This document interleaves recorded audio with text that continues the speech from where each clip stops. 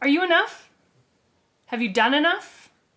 I kind of hate that word enough, and that's what I want to dig into in this week's episode.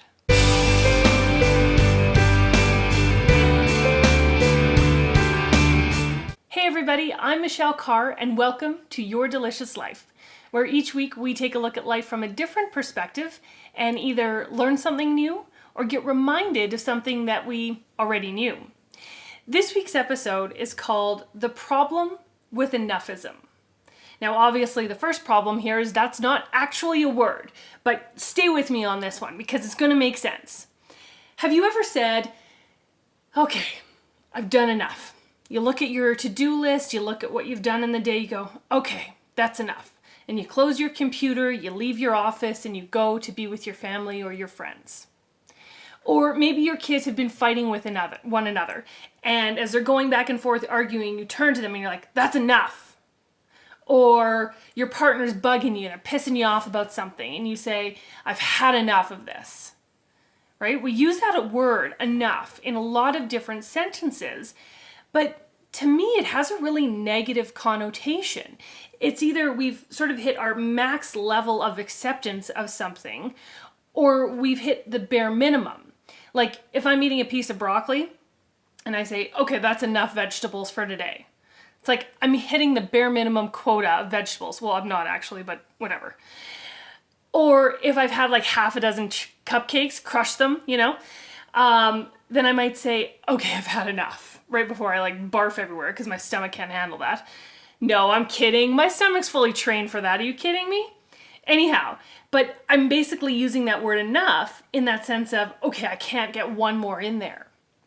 So this is a fine word if we kept it in those genres of describing when we've either hit our maximum or when we're just achieving the bare minimum. But it's trickled over into other usages. These days, we're starting to hear that word enough when it comes to language around self-love or self-improvement. And this is where I think the problem lies. We'll have gurus or authors or speakers say, you have to know that you're enough and you should wake up in the morning and look in the mirror and say, I am enough. And I love the sentiment of loving yourself and knowing your value, but I think the word enough is the wrong way to go about it. If I say I'm enough, it feels like I'm just hitting the bare minimum, the quota for life. I've barely met it. I'm barely squeaking by. And I don't like the way that feels. I mean, even the word coming out of my mouth feels awkward and misaligned because I don't want to be enough. I want to be more than that. And I think this word really is doing a disservice to our psyche around the views that we have of our own selves. Instead of the word enough, I want you to swap it out for the word plenty.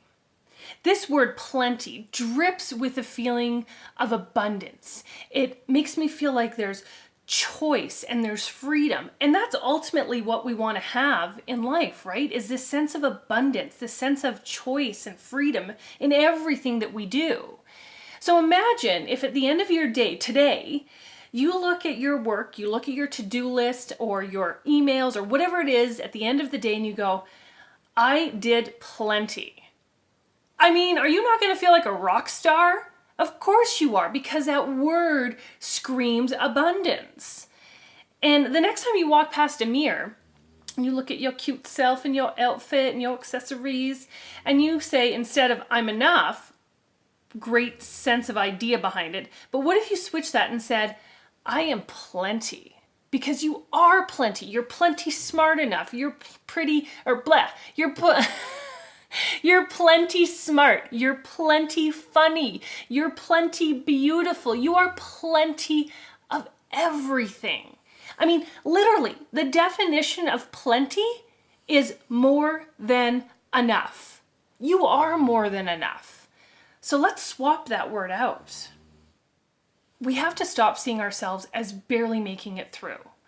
We have to stop seeing ourselves as hitting the minimum quota or always pushing to max level and being stressed out. We have to see things with abundance and know that we have loads to offer and we can accomplish many, many different things. We have to look at things and allow and create abundance in our lives, in everything from our time to our mind to ourselves.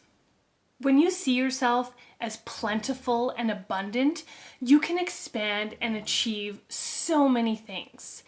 But when you restrict yourself to that word enough, you create these boundaries that limit you. So let's get rid of the boundaries. Let's get rid of describing ourselves as being enough and change that to being plentiful. Thank you guys so much for watching. I hope you have maybe enjoyed the background snoring of my dog Sue Ellen, and I can't wait to see you again next week for another episode of Your Delicious Life.